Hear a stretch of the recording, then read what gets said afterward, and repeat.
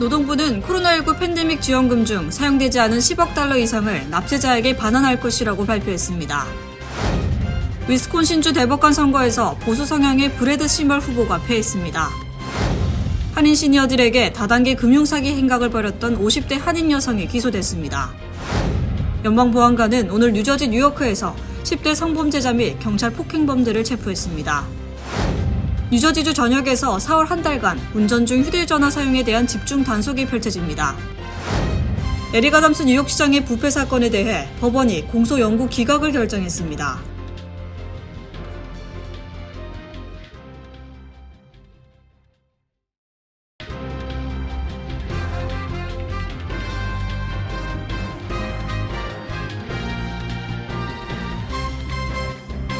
안녕하십니까. KBTV 뉴스9 이찬우입니다. 노동부가 오늘 코로나19 팬데믹 지원금 중 사용되지 않은 10억 달러 이상을 납세자에게 반환할 것이라고 발표했습니다. 이와 함께 부당 지급된 실업수당 29억 달러를 회수하기 위한 조치가 취해지고 있다고 밝혔습니다. 전장 기자가 전해드립니다.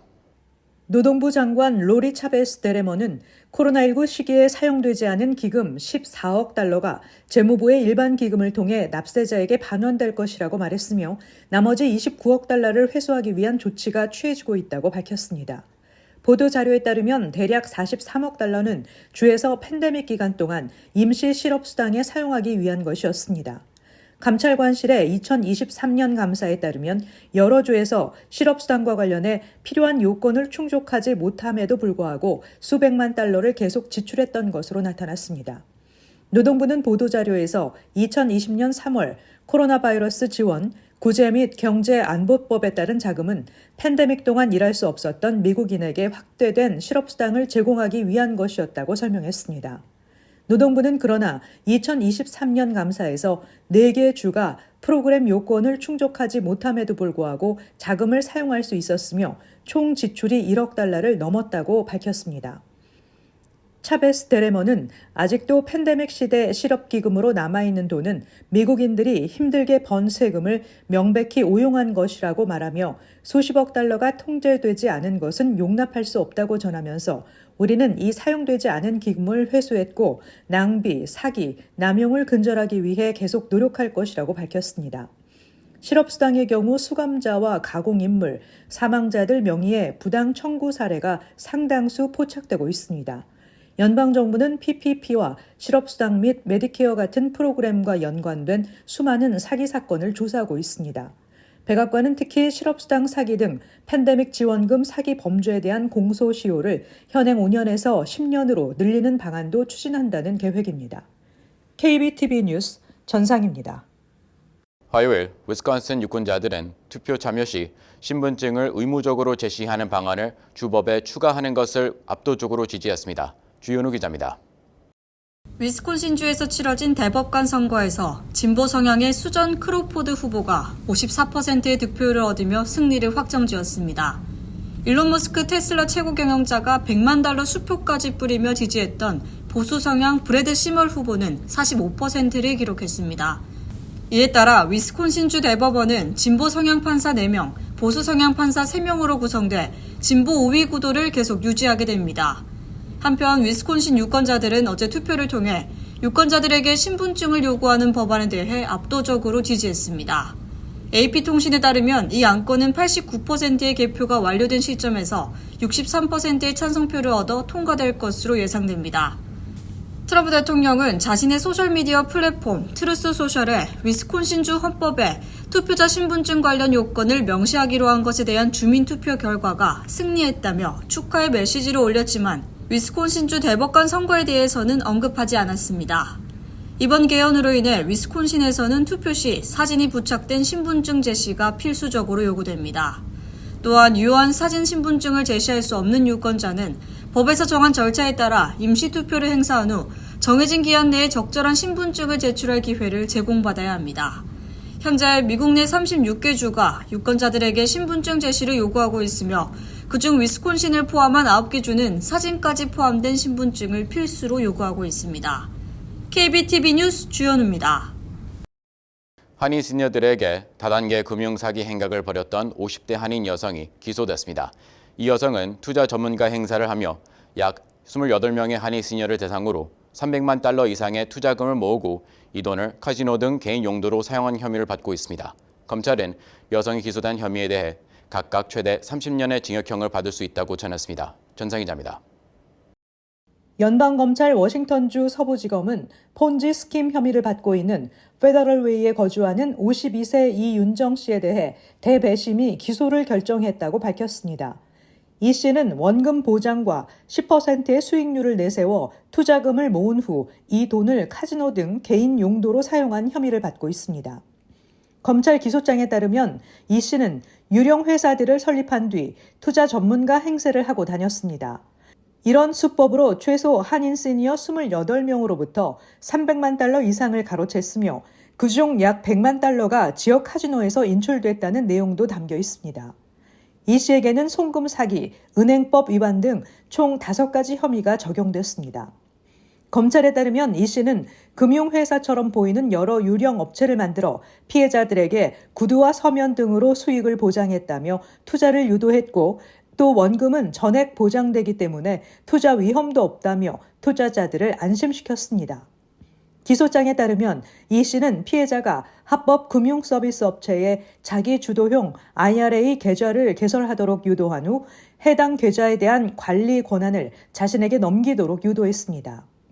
자기 주도형 IRA는 부동산을 포함한 다양한 분야에 투자가 가능한 계좌입니다. 이후 이 씨는 피해자가 자신이 만든 유령 회사에 돈을 빌려주는 것처럼 보이게 하기 위해 금융서비스 업체에 약속 어음을 제공하는 방식으로 피해자들의 자금을 관리했습니다. 검찰은 이 씨는 기소된 혐의에 대해 각각 최대 30년의 징역형을 받을 수 있다고 전했습니다. KBTV 뉴스 전상입니다. 연방보안관이 이끄는 합동수사대가 오늘 뉴저지 누아크에서 10대 성범죄자 및 경찰 폭행범들을 체포했습니다. 주현우 기자입니다. 미국 연방보안관이 이끄는 합동수사작전이 오늘 뉴저지 뉴요크에서 진행됐습니다. 이번 수사를 통해 침대 밑에 숨어있던 성범죄자 및 경찰 폭행 혐의가 있는 10대 블러즈 갱단원이 체포됐습니다. 이번 합동수사작전에는 알리나 하바 뉴저지 임시 연방검찰총장도 동행했습니다. 오늘 뉴요크에서 체포된 인물 중에는 지난달 2명을 총으로 쏜 혐의로 가중폭행 혐의를 받고 있는 18세 갱단원 자키 하우저도 검거됐습니다. 이번 작전에는 미국 연방보안관, 이민세관 단속국, 지역경찰 등 총 22명의 요원이 참여했습니다. 하바 검찰총장은 연방보안관들을 향해 여러분이 얼마나 많은 사건을 동시에 처리하고 있는지 믿을 수 없다며 뛰어난 성과를 거둔 수사당국에 감사 인사를 전하며 하우저와 같은 블러즈 갱단에 속한 또 다른 14세 소년이 최근 뉴요크에서 한 경찰관을 총으로 쏴 숨지게 했다며 14세라는 어린 나이임에도 불구하고 성인으로 간주하고 기소할 것이라고 밝혔습니다. 이날 체포된 또 다른 인물은 22세의 성범죄자인 다리우스 토레스와 경찰 폭행 혐의를 받고 있는 26세 데이비드 보가로 둘 다 수배 중인 용의자였습니다. KBTV 뉴스 주현우입니다. 뉴저지주 전역에서 4월 한 달간 운전 중 휴대전화 사용에 대한 집중 단속이 펼쳐집니다. 주 검찰은 뉴저지 주요 고속도로와 로컬 도로에서 휴대전화 사용 등 각종 부주의 운전에 대한 집중 단속이 실시된다고 발표했습니다. 주현우 기자입니다. 뉴저지 주검찰은 4월 한 달간 집중 단속을 위해 주경찰을 포함해 주 전역에 158개 타운경찰에 총 120만 달러가 넘는 예산을 투입한다고 밝혔습니다. 주검찰은 뉴저지 턴파이크와 가든스테이트 파크웨이 등 주요 고속도로뿐 아니라 팰리세이즈 파크, 포트리, 레오니아, 클립사이드 파크, 엣지워터, 클로스터, 티넥 등 주요 한인 밀집 지역의 로컬 도로에도 지역경찰이 집중 단속을 펼친다고 전했습니다. 뉴저지에서 운전 중 휴대전화 사용 등을 하다 적발되면 최초 200에서 400달러 벌금, 두 번째는 400에서 600달러, 세 번째부터는 600에서 800달러의 벌금과 벌점 3점, 최대 90일간 운전면허 정지 등의 처벌을 받게 됩니다. 주 검찰에 따르면 지난해 실시된 집중 단속을 통해 총 9,055건의 운전 중 휴대전화 사용을 적발해 벌금을 부과했습니다.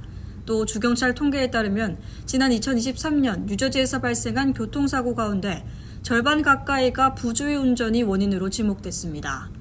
부주의 운전으로 인한 교통사고로 인한 사망자는 160명, 부상자는 1,400명이 넘었습니다. KBTV 뉴스 주현우입니다. 에릭 애덤 뉴욕시장의 부패 사건에 대해 법원이 공소 연구 기각을 결정했습니다. 이에 따라 애덤 시장은 사법 리스크에서 벗어나게 됐습니다. 주윤우 기자입니다. 데이로 판사는 오늘 애덤스 시장 부패 혐의 기소를 기각하라는 판결을 내렸습니다. 이에 따라 지난 6개월 동안 아담스 시장을 따라다니던 형사 사건이 공식 종결됐습니다. 판결문에서 호 판사는 법원은 이 사건의 실질적인 가치나 아담스 시장의 기소가 계속돼야 하는지에 대한 의견을 표명하지 않는다고 명확히 밝혔습니다. 이어 법무부가 피고인의 공소를 기각해달라는 요청을 한 데 대해 법원은 받아들일 수밖에 없다고 설명했습니다. 하지만 법원은 법무부가 아담스 시장이 향후 같은 공소 사실로 기소될 수 있도록 해달라는 요청은 받아들이지 않았습니다. 이번 결정을 두고 정치적 논란은 거세질 전망입니다. 당초 트럼프 대통령의 법무부가 지난달 아담스 시장에 대한 부패 혐의 기소를 중단하라는 지시를 내리면서 사안은 급물살을 탔는데 민주당 시장이 불법 이민 단속을 위해 트럼프 행정부와 협력하는 대가를 주고받는 거래를 했다는 비난을 받기도 했습니다. 아담스 시장은 작년 9월 뇌물수수 등 부패 혐의로 기소됐으며 이에 대해 무죄를 주장해왔습니다. 연방법무부가 기소 중단을 지시하면서 연방검찰과 뉴욕 남부지방법원에서 이에 반발하며 대규모 사임이 이어지기도 했습니다. 이번 기소 연구 기각 결정으로 아담스 시장은 6월로 다가온 민주당 뉴욕시장 예비선거 캠페인에 집중할 수 있을 것으로 보입니다. 현재 민주당 뉴욕시장 예비선거 후보자 가운데 앤드류 쿠오모 전 뉴욕주지사가 압도적으로 지지율 1위를 달리고 있습니다. KBTV 뉴스 주현우입니다. 뉴저지 주지사 선거에 출마한 스티브 플럽 저지시티 시장이 러닝메이트로 한인 혼혈인 시나 쿨럼 사우스 오렌지 시장을 지명해 한인사회가 주목하고 있습니다. 플럽 저지시티 시장이 뉴저지 주지사 민주당 예비선거에서 승리하고 11월 4일 치러지는 본선거에서 최종 당선되면 부지사 러닝메이트 콜럼은 한인은 물론 아시안 여성으로는 처음으로 뉴저지 부지사를 맡게 됩니다. 콜럼 시장은 한인 어머니와 아이리식의 아버지를 둔 한인으로 지난 2015년 30대 나이로 중부 뉴저지에 있는 사우스 오렌지 역사상 최초의 여성 시장으로 당선됐고 지난해 3선에 성공하는 등 공직자로서 높은 평가를 받고 있습니다. 뉴욕시는 쓰레기 불법 투기 첫 적발 시 벌금을 기존 $1,000에서 $5,000로 인상하며 1년 이내 재적발 시에는 추가로 $10,000의 벌금을 부과하는 규정을 시행한다고 발표했습니다. 특히 브롱스는 불법 투기 집중 지역으로 꼽힙니다. 공원관리국에 따르면 지난해 브롱스 지역 공원에서만 약 32,000개의 쓰레기 봉투가 불법으로 버려져 수거됐으며 그 외에도 냉장고 70대, 욕조 7개, 건축 폐기물 1,500봉지, 타이어 650개 등 대형 쓰레기도 상당수 포함돼 있었습니다. 뉴욕시는 또 오는 4월 중순부터 121개 주요 공원에 저녁과 주말 청소, 감시 인력을 새로 배치할 계획입니다. 지난 26년간 뉴저지 포틀리에서 경찰로 일하며 지역사회에 헌신한 안토니 킴 경관이 정년 퇴임했습니다. 김 경관은 1999년 2월부터 2025년 2월까지 포틀리 경찰로 근속했습니다. 김 경관 은퇴식에는 포틀리에서 경찰 생활을 시작한 스티브 노 경감, 제임스 리 경감 등 뉴저지의 한인 동료와 후배 경찰들은 물론 매튜 힌지 포틀리 경찰서장 등 포틀리 경찰서에 소속된 많은 경찰들이 참석해 박수를 보냈습니다. 또 마크 소콜리치 포틀리 시장 등 지역 정치인과 한인 및 타민족 주민도 다수 찾아 김 경관의 노고에 감사의 뜻을 전했습니다. 김 경관은 딸 소피아 김 씨가 지난해 뉴저지 버겐 카운티 셔리프국 경찰로 채용되면서 뉴저지 최초의 한인 부녀 경찰 탄생이라는 기쁨을 누리기도 했습니다. 롱아일랜드 성공의 교회는 20피트에 달하는 초현실적 달 모형을 대성당에 전시할 것이라고 밝혔습니다. 가든시티의 대성당은 4월 11일부터 5월 4일까지 나사의 영상을 기반으로 한 영국의 예술가 루크 제람의 세계 여행 박물관인 달 박물관의 본거지가 됩니다.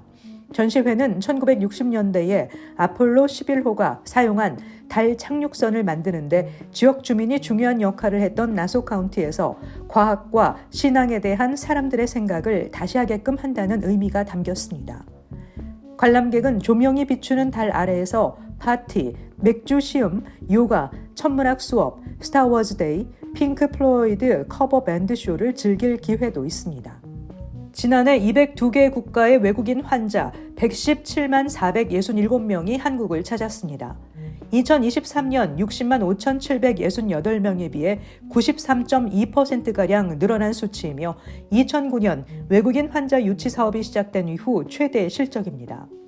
2023년에 2배인 의료 지출액 약 8조 원, 생산 유발 효과 약 14조 원이 될 전망입니다. 2024년까지 16년 동안 한국을 방문한 외국인 환자는 누적 504만 7,809명입니다. 지난해 방문 환자를 국적별로 보면 일본 환자가 44만 1,112명으로 가장 많았습니다. 일본은 2023년에도 전체 국가 중 1위를 차지했습니다.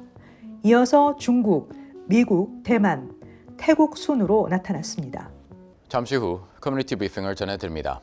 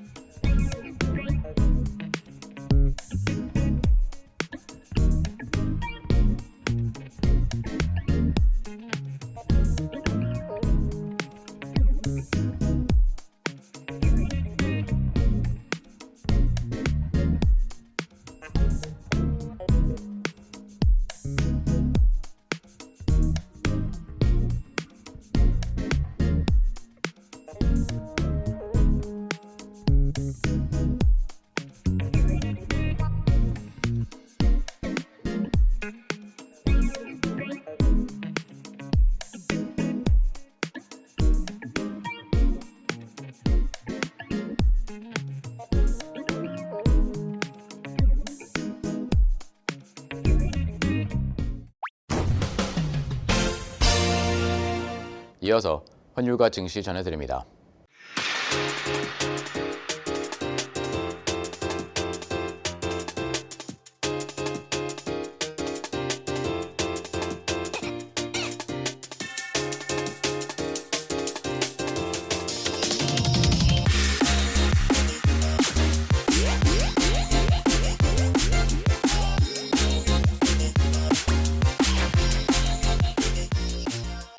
잠시 후 뉴욕과 뉴저지 날씨 전해드립니다.